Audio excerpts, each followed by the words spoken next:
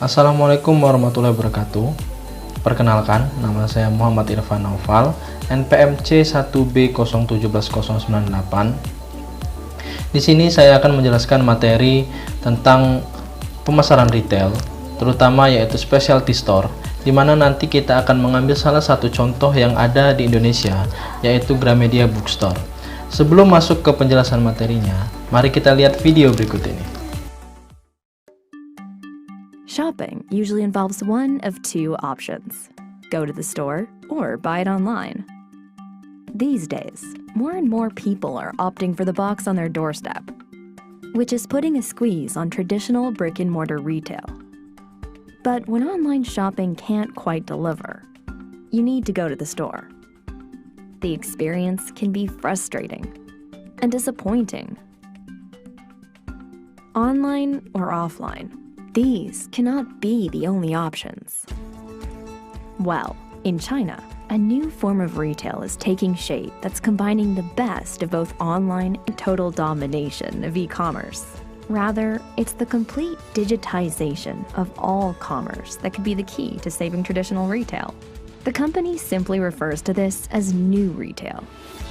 It's already helping even the most traditional retail models adapt to a new digital world in unexpected, creative ways. Nah, baiklah, kita akan masuk ke penjelasan materinya. Yang pertama itu adalah pengertian dari pemasaran retail itu sendiri. Menurut Handry Makruf, para peritel menjual langsung barang atau jasa kepada konsumen. Tidak jauh berbeda dengan pernyataan di atas, Kotler dan Armstrong juga mendefinisikan pemasaran retail sebagai semua kegiatan yang dilibatkan dalam penjualan barang atau jasa langsung ke konsumen akhir untuk penggunaan pribadi non-bisnis. Peritel atau retailer adalah mata rantai terakhir dalam proses distribusi barang atau jasa, serta perpanjangan tangan terakhir dari agen atau distributor. Selanjutnya, ada klasifikasi retail berdasarkan skala usaha. Dalam hal ini, klasifikasi retail berdasarkan skala usaha ini dibagi menjadi dua. Yang pertama adalah retail besar, yang kedua ada retail kecil.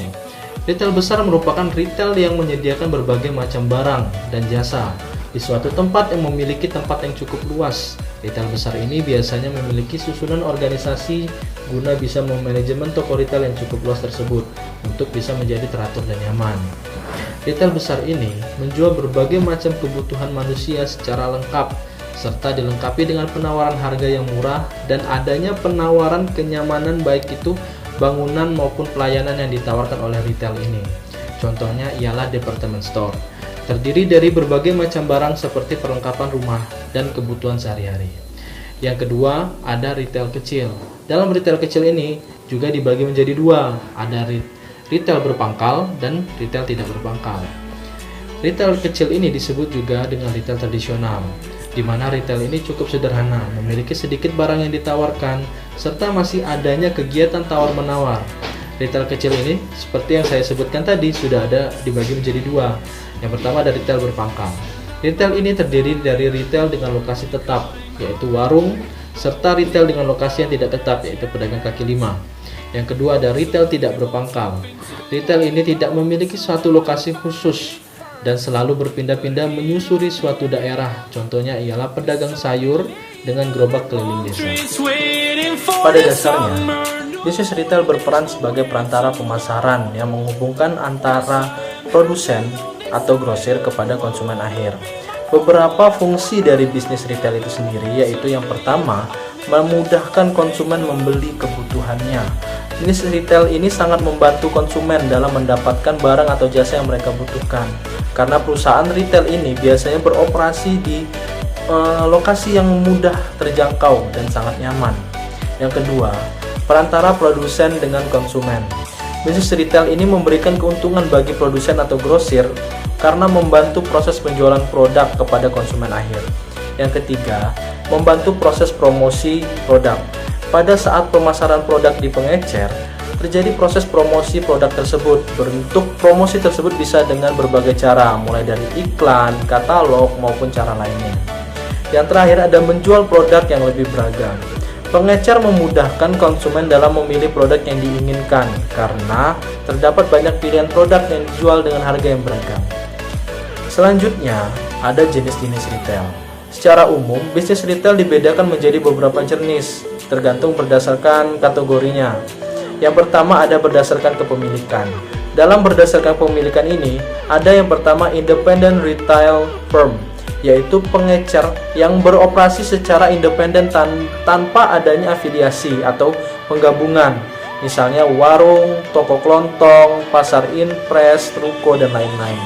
Yang kedua ada franchising atau waralaba, yaitu sistem pemasaran di mana suatu perusahaan memberikan hak kepada pengusaha lain untuk melakukan sistem usaha dengan cara yang telah ditentukan. Yang ketiga ada corporate chain, yaitu kelompok usaha yang saling terkait dalam satu manajemen dan memiliki beberapa pemegang saham, contohnya department store, superstore, dan lain-lain. Selanjutnya adalah berdasarkan produk yang dijual, yaitu ada produk retailing. Dalam produk retailing ini ada beberapa kategori juga atau jenisnya. Yang pertama ada department store atau toko serba. Dalam department store ini merupakan perusahaan retail yang memiliki setidaknya 20 orang pegawai dan menjual pakaian dan peralatan rumah tangga sebanyak 20% dari total penjualan. Yang kedua ada specialty store, yaitu perusahaan pengecer yang fokus menjual jenis produk tertentu seperti toko komputer, toko mainan anak, dan toko buku. Nah, specialty store inilah yang akan kita bahas lebih lanjut nantinya. Selanjutnya ada katalog showroom.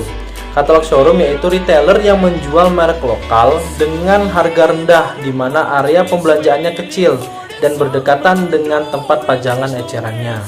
Selanjutnya dan yang terakhir ada food and drug retailer, yaitu pengecer yang menjual produk makanan dan minuman serta juga menjual obat-obatan dalam jumlah besar dengan harga yang rendah. Nah, jadi di materi ini kita akan terfokus pada specialty store yang seperti saya sebutkan tadi. Pada specialty store ini kita akan mengambil salah satu contoh yang ada di Indonesia, yaitu Gramedia Bookstore. Sebelum kita bahas lebih lanjut, mari kita lihat video yang berikut ini.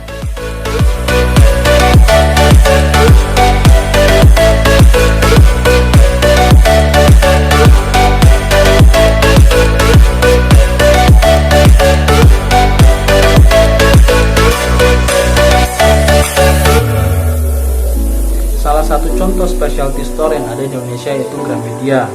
Gramedia Asri Media adalah anak perusahaan dari Kompas Gramedia yang menyediakan jaringan toko buku dengan nama Toko Buku Gramedia yang ada di beberapa kota di Indonesia. Perusahaan ini didirikan pada tanggal 2 Februari 1970 dengan diawali dari satu toko buku kecil berukuran 25 meter persegi di daerah Jakarta Barat. Dan sampai pada tahun 2018 telah berkembang menjadi 117 toko buku Gramedia yang tersebar di seluruh wilayah Indonesia. Selain menyediakan buku, toko buku Gramedia juga menyediakan produk lainnya seperti alat tulis, perlengkapan kantor, alat olahraga, alat musik, dan lain sebagainya. Perusahaan ini bekerja sama dengan penerbit-penerbit buku baik dari dalam maupun luar negeri. Dari kelompok usaha sendiri, pemasok toko buku Gramedia antara lain adalah Gramedia Pustaka Umum, Alex Media Kompetindo, Gramedia Widya Sarana, dan lain sebagainya. Toko buku merupakan salah satu segmen retail modern yang harus menghadapi tantangan yang cukup besar di tanah air.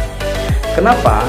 Karena selain harus melawan platform e-commerce yang menawarkan kemudahan berbelanja buku dan harga yang bersaing, pada segmen ini peritel juga harus menghadapi rendahnya tingkat literasi masyarakat Indonesia yang bisa kita sebut sudah menjadi darah daging oleh masyarakat Indonesia. Merespon hal tersebut, PT Gramedia Asri Media selaku pemilik jaringan toko buku Gramedia meluncurkan strategi pemasaran omnichannel melalui layanan Gramedia Go yang dikembangkan bersama dengan PT Gramedia Digital Nusantara. Layanan ini merupakan pengembangan dari platform e-commerce Gramedia yang bisa diakses melalui laman web www.gramedia.com dan aplikasi di ponsel pintar berbasis iOS dan Android. Selain itu, ada beberapa strategi lain yang dilakukan oleh Gramedia. Yang pertama ada lokasi. Toko Gramedia ini terletak di pusat kota yang mudah dijangkau oleh masyarakat dan merupakan jalur mobilitas masyarakat yang padat. Dengan memperhatikan lokasi yang strategis ini, maka mudah bagi toko buku Gramedia untuk mendapatkan banyak konsumen. Jika lokasi tidak strategis atau jauh dari keramaian kota, tentu saja masyarakat tidak mengenal apa itu toko buku Gramedia. Selanjutnya ada produk. Produk yang dijual pada toko buku Gramedia ini sangatlah beragam, sehingga konsumen bisa membeli apa saja yang mereka inginkan. Konsumen lebih senang jika mereka bisa membeli berbagai kebutuhan di suatu tempat saja, sehingga tidak mengeluarkan biaya transportasi yang terlalu mahal. Yang terakhir adalah penjualan online. Satu lagi strategi pemasaran toko buku Gramedia adalah dengan melakukan penjualan secara online. Penjualan ini lebih mudah dilakukan konsumen tanpa harus mendatangi toko buku tersebut. Itulah penjelasan materi dari saya tentang specialty store, terutama contohnya itu Gramedia. Semoga penjelasan dari saya tadi bisa bermanfaat bagi teman-teman semua. Dan apabila saya ada salah-salah kata, saya mohon maaf. Saya akhiri. Wassalamualaikum warahmatullahi wabarakatuh.